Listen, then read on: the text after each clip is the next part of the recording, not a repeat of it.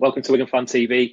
Castleford versus Wigan week, which is always an exciting week. Probably more exciting up in West Yorkshire than it is in the Northwest. But we've managed to dig a Castleford fan out, and many of you might know him from sort of appearing as a guest on Super League Pod in terms of his contributions to there. And we've got Rob. I can't bring myself to call you Fat Boy Rob, so it's Rob.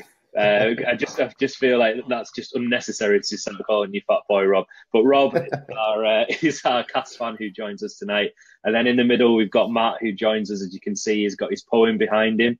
After a week off, he put in an EPG last week because of his impression of Dennis Betts. So he missed last week. He's back on now after his suspension for the Dennis Betts and off comp scenario. So Castleford Wigan, obviously normally a big game as it is. Last year's success from Castleford perhaps makes this game even bigger this year, particularly at the whatever you call your stadium now, Rob, the Mender Halls Jungle or whatever daft name you've got going for it. But we Rob, still call it Weldon Road. Weldon Road is a much better name for it. Rob, let's start with you in terms of obviously Castleford's blew everyone away in 2017 in the league. Not quite done that yet in 2018. Obviously, you've played one less game than Wigan so far. You got battered at Saints, struggled against Widnes, and came to form, I say, probably against Hull last week. Beat Salford comfortably. What's your take on Castleford so far? What's the difference between 2018 and 2017 for you? Well, obviously we've lost Zach Hardacre, who an absolute fantastic player. I don't think he had a bad game for us. And some would say the problem is at fullback, but I don't think it is. I think it's been up front. We've been playing second rowers as props. Alex Foster's played a few games, Ollie Holmes, and we just don't seem to have any punch up front.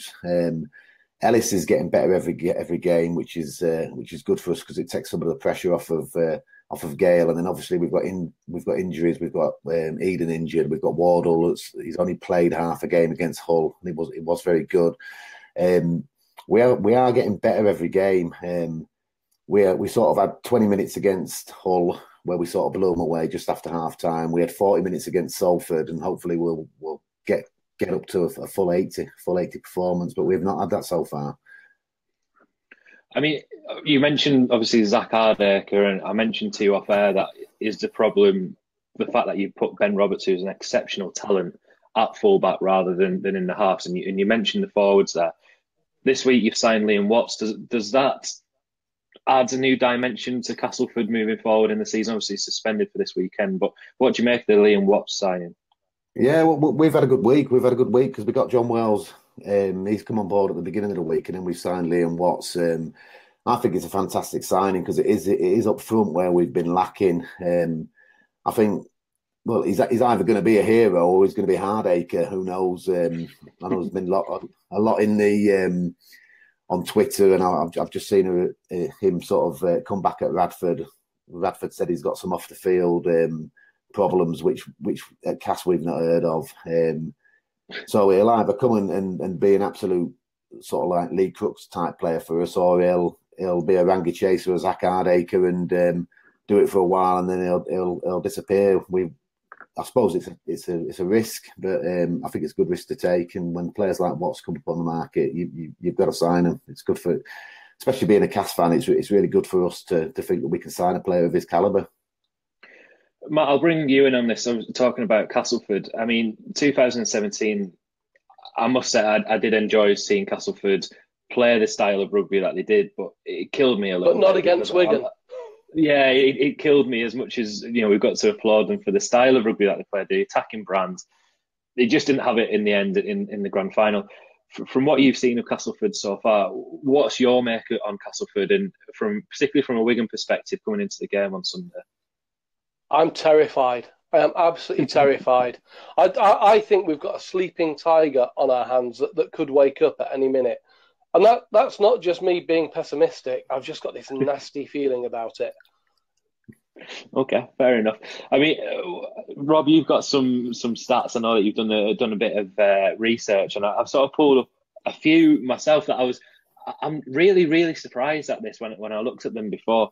You've got Castleford, second worst in the league for tries scored this year. You've only scored 11, whereas Wigan have scored 24, which I don't think the style of rugby that Wigan have played has been good, but it's certainly not been at that level, twice as good as Castleford. You've got the worst average gain per tackle in the Super League, averaging 6.18, which I guess comes back to what you said about the problems with going forward.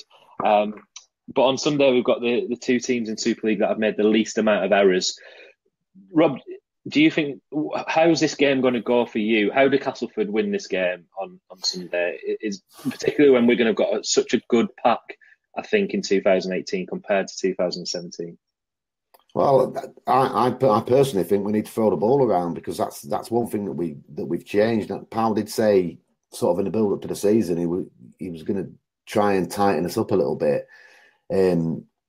Personally, I think we've gone a little bit too far the other way. We've not been throwing the ball around, and when we have, sort of 20 minutes against Hull and the first half against Salford, we've carried on scoring. One thing that's different this season than last is the pitches, and we've had 3 games at home, and the pitch at Weldon Road is really, really heavy this season. Whereas I don't know whether the weather was different last winter, but this time last year we seem to be it seems to be a lot quicker in terms of just the general play the ball. But hopefully we'll have a little bit more up front. Hopefully Junior Moores will be back in for Ollie Holmes that's suspended, and we'll play props at prop.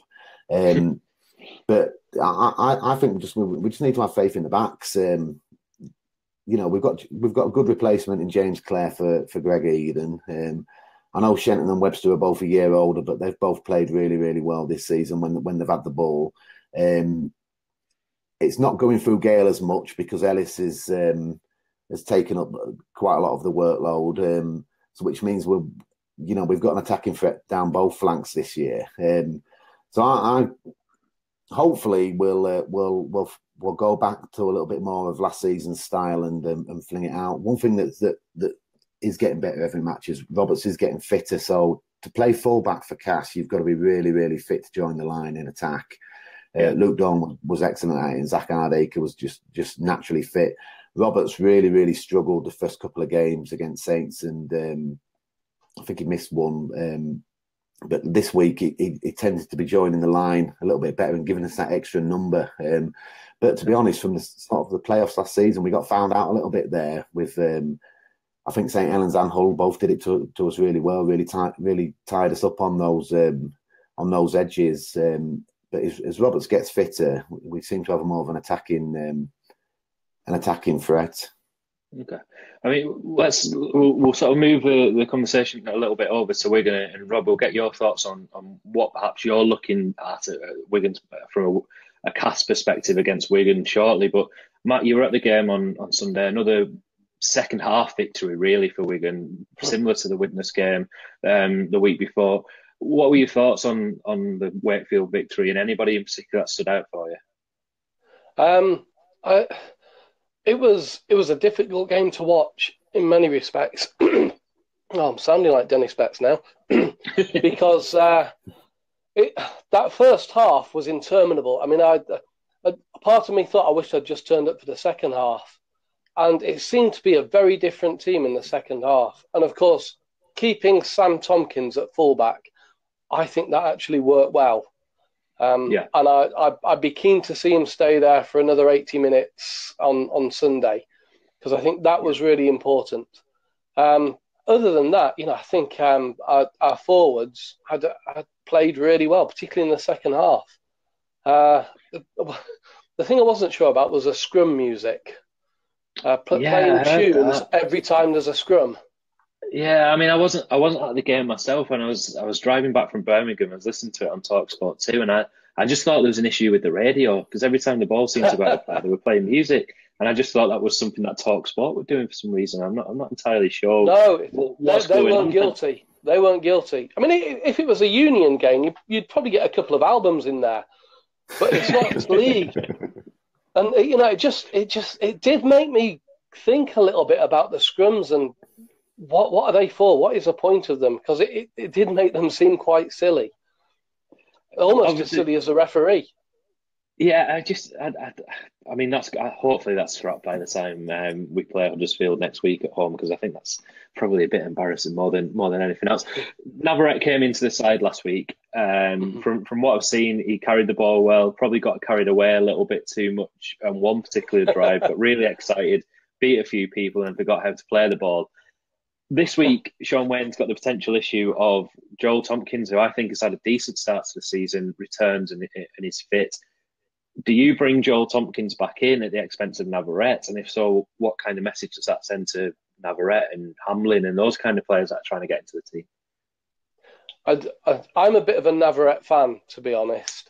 But We know you've had I, him as first try scorer even when he's not playing. I know, yeah. That's how much faith I've got in the guy. But on this occasion, I think I'd drop him and bring in Tompkins. I've still got him down as first try scorer, but I'm dropping him. I'm having Tompkins instead.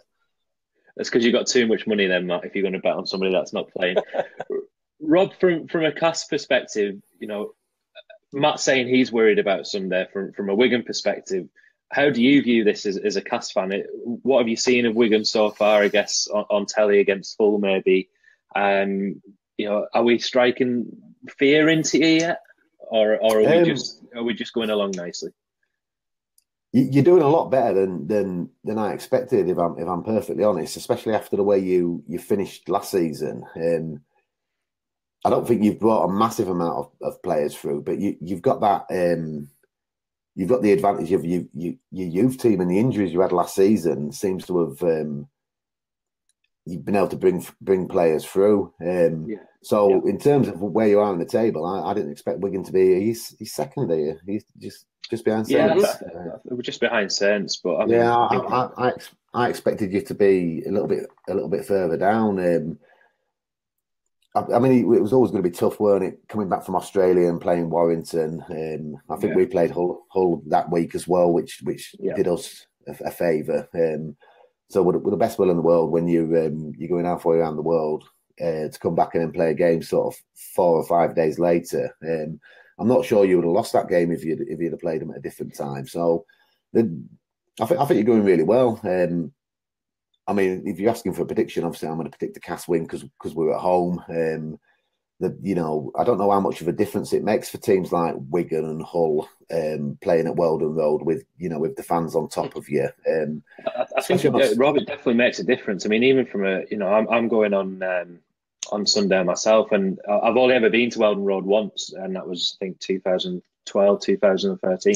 But it is that atmosphere, and I think there's almost an electricity and this is perhaps me with a bit of Wigan arrogance, but I think there is a bit of an added edge when Wigan come into town, perhaps a bit like when Leeds come to town for Cas, because it is a big game. Wigan are still a big name in rugby league, and I think the Cas fans really, I think you enjoy beating us, don't you? Unfortunately, I mean, I think we enjoy beating everybody. I think we're still the game in the fixtures that you sort of see in circle at the start of the year. My video seems to be going slow, so I'll let that catch up for a second. Rob, in terms of we've been playing a different system this year with Tompkins at fullback. We've been bringing him into the halves, putting Escaré. What do you think that does from a Cas perspective? Bearing in mind, Matt just said Tompkins played the whole 80 minutes at fullback last week. How do you view that from an opposing side? Is that something that worries you? Well, yeah, obviously. I mean, for a start, Escaré, when we played you at your place last season, at the beginning of the season, I can't remember what the final score. I think we won 20-something 10. Yeah, Escaré, yeah, we did, yeah. Escaré played really, really well. He's always played well against Cas for some reason. So the fact that you've got him to come on the field is, it's an absolute bonus, isn't it? He'd walk into most teams in Super League. Tompkins, I don't want to tempt fate, but he hasn't done too much against Castleford in that I've seen. But when you watch him on TV, he's an absolute fantastic player, and he scored a fantastic try. I don't know if it was last week or the week before, where he... Yeah, it was a week before against Widnes, yeah. If you've got a player that can do that, it's very similar to what Cas were doing last season. I don't know whether he'll be able to do it on that heavy pitch, if I'm honest. I don't know if anybody will, but we'll see what it's like after another week. It really does slow down the play, or it has seemed to this season. But I don't know whether it's because with the way that Castle have been playing. So it's a heavy pitch and it's a small pitch. So it's more of an allotment than a jungle at the moment, isn't it? Yeah, I mean it's in good nick. Don't get me wrong. The pitch is in good nick. It just seems to be heavy and it seems to cut up quite quickly. It is a small pitch as well, and we get a fair few 40-20s on there, and I'm surprised the opposition don't do the same. But it does make a difference. But Matt, in terms of Wigan coming to town, sorry, go on, Rob. No, you finish that. In terms of Wigan coming to town, I still think there's a little bit of niggle from the season we got relegated, where you signed Fielden and then got the points deducted the year after. But to be fair, the fact those, especially when you don't play when it's not on Sky, we're going to bring a lot of fans and they'll fill that end, which does add to the atmosphere. Against Salford on Sunday, where they brought maybe 100 tops. Yeah. When Cass were attacking the Weldon Road end, because you can still swap around at Cass, it lacked a bit of atmosphere, did the game, because you didn't have all four sides full. But on Sunday, it will be full because Wigan will bring a couple of thousand, I'd imagine. Yeah, definitely. I think one thing that we've seen with the game against Wakefield being on a Sunday, I think the walk-up that you get even at the DW is much higher when it's played on a Sunday afternoon, because it's obviously, it's better for families to go to. Matt, in terms of, I mean, you say you're worried about this game on Sunday. I don't think I've ever been more, not relaxed about a game against Castleford, but quietly confident about. I just don't see Castleford having the same edge that they had in 2017. I think our forwards can dominate them. What is it that worries you about Castleford? Is it just the fact that what they did last year? It's the fact that it's Castleford for a start. Yeah. I've got a nasty suspicion that the only thing that's separating Wigan and Castleford at the moment is that Castleford have played St Helens. I've just got that nasty worry there that's the differentiation between the two teams. Obviously, I've got some confidence too. I'm not completely negative, but I've seen us beaten by Castleford over there so many times over the years. Sat in those god awful seats. Oh, that stand! What is going on with that? The wooden painful stand. I'm sure it's wooden. I mean, look, I'm not asking for like leather armchairs or anything. I just want to sit in something that feels like it wasn't made by the Witchfinder General to get a confession out of it. You've definitely got too much money if you're sitting down at Castleford and you're not standing up. You've definitely got too much money. You need to be at what is it? The Weldon Road? Is it the railway end? What's the end where the away fans are, Rob? Yeah, the away fans stand at the away end. I've never sat in that stand, but it doesn't look very comfortable. I will give you that. Oh God, it's not. After 60 minutes, I'd confess to suckling a badger. That's how bad it is. What, Matt? In terms of, I mean, how do you see the game going on Sunday? I mean, we've got this heavy pitch that I hadn't even thought about from Rob. I think the weather conditions aren't supposed to be particularly brilliant. That perhaps lends itself to more of a forward battle where I think we're going to have got the advantage. Whereas I think, Rob, you're probably saying you want it flung out in the backs because that's perhaps where Cats have the advantage. Where do you see this being won and lost, Matt, on Sunday? It's going to be an arm wrestle. I feel if we have a slow start again, like the last couple of games, then it could be lost by half time. And I get that Castleford didn't really perform in the second half against Salford on last Sunday, and I've read the comments that Liam Farrell's made about, it's the reason we're doing so well in the second half is because we're absorbing all the pressure and tiring the teams out. I think that can't be the mindset at all. It has to be an arm wrestle from the start, and then maybe if we're still in with a shout at half time, if we're still close, I think then we'll run away with it. And I say run away with it. I don't mean by many points. Yeah. I just think that the Wigan confidence will build and the Castleford confidence will crumble a bit, and we'll get a win. I think it's all down to the first half. I think the point that you made then Matt, is exactly what I think as well. I think we let Widnes build up a 16-0 lead against us. We let Wakefield last week start building a bit of a lead. Teams this year have been taking the 2 points when on offer because the scores haven't been particularly high in the early part of the season. And I just think if Cass are given that incentive to get 6, 8 points, 10 points in front, I don't think Cass are the kind of team that we can actually rely on our second half fitness or whatever we're referring it to, the switcheroo, which has been the official term of Esquire coming off the bench now, by the way, is the switcheroo. Where did that term come from? I don't know. I saw it on the forum and I've put it in my piece for the Wigan Evening News this week. Yeah. And I also wrote my piece for the Wigan Evening News this week before Kevin Brown retired, which cocked it all up. Rob, to be fair, I think he retired halfway through the World Cup. Yeah, well, I think before he basically got a free holiday to Australia, didn't he? He was the mascot. Rob, how obviously you're going to say that Castleford are going to win, but how are they going to win on Sunday, and how's the game going to go? Do you think? If it's an arm wrestle, then we're going to win. I don't think we've got the power up front to win an arm wrestle. The biggest difference between this season and last season is last season on the first 3 or 4 tackles we were just getting on a roll. So sort of when it comes to the 4th or the 5th, we was always in our own in the opponent's half or 20. So if we can get that roll on, if we can take a few risks and get the ball out wide, then I think that's the way that we'll beat Wigan. We've still got plenty of pace in the team. I know we haven't got Eden in there. We can attack down both sides.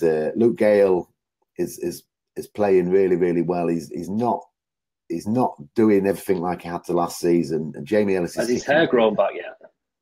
Well, he wears a scrum cap now, so it's hard to tell. And I think sometimes it's getting in his eyes. But he's still he's still running things, and like I say, every game we've got a little bit better. So if we can just be a bit more consistent both halves, then I think we've got enough to win. If it's a dire arm wrestle, then I've got a feeling Wigan could come up with an hour victory. But I'm confident Cass will win for the fact that we're at home and just because losing Zach Hardacre doesn't make us a bad team. The only other player that's gone out is Andy Lynch, who sort of was a bit player last season. So we've only really lost one player, and we've bought well. So I also think, even though Watts isn't playing, I think it's given everyone a massive boost. So I think that we'll do it, and we might have to go back to the classic Cass and maybe take a few chances in defence in order to do so. But if I was to sort of hold a gun against your head and ask you for a score prediction, what would you go for, Rob? I would say 24-12 to Cass. 24-12 to Cass.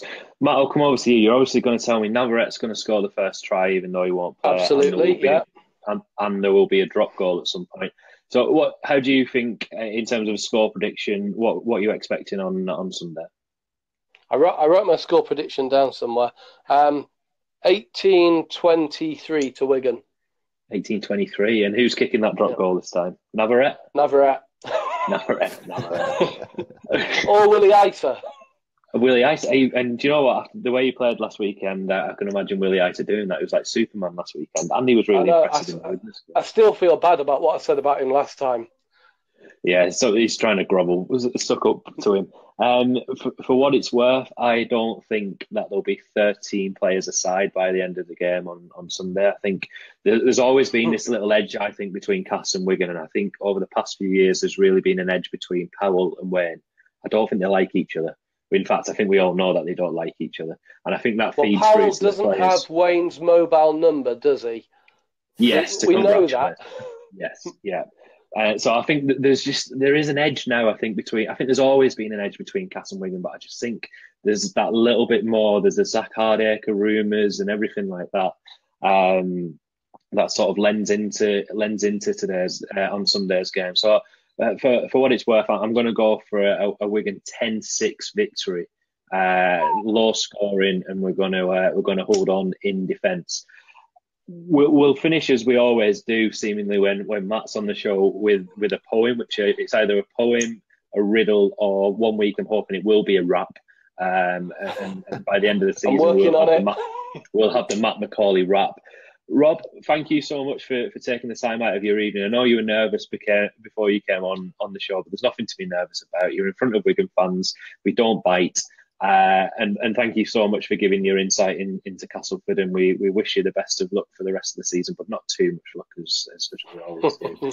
Matt, obviously you with your score, or with your Castleford prediction poem. Okay, Castleford prediction poem. They may lately have been lacking in class, but they're still the same tigerish Cass. If we can make a bad start, they'll tear us apart and take a great bite of our aspirations for a top 4 finish. Very nice, very nicely redeemed at the end. No puppet tiger this week as well. We need no puppets. Who have we got next week? Huddersfield, so we need a giant of some sorts, I guess. Whatever you can find for next week. Rob, thank you so much. Matt, thank you so much. Thank you to everybody that watches and everybody that listens onto the podcast. And we'll be back on next week with some kind of show, Rugby League Ramble, or a preview of the Huddersfield show. Who knows? But thank you so much, guys, and I'll speak to you later. Thanks, guys. Bye.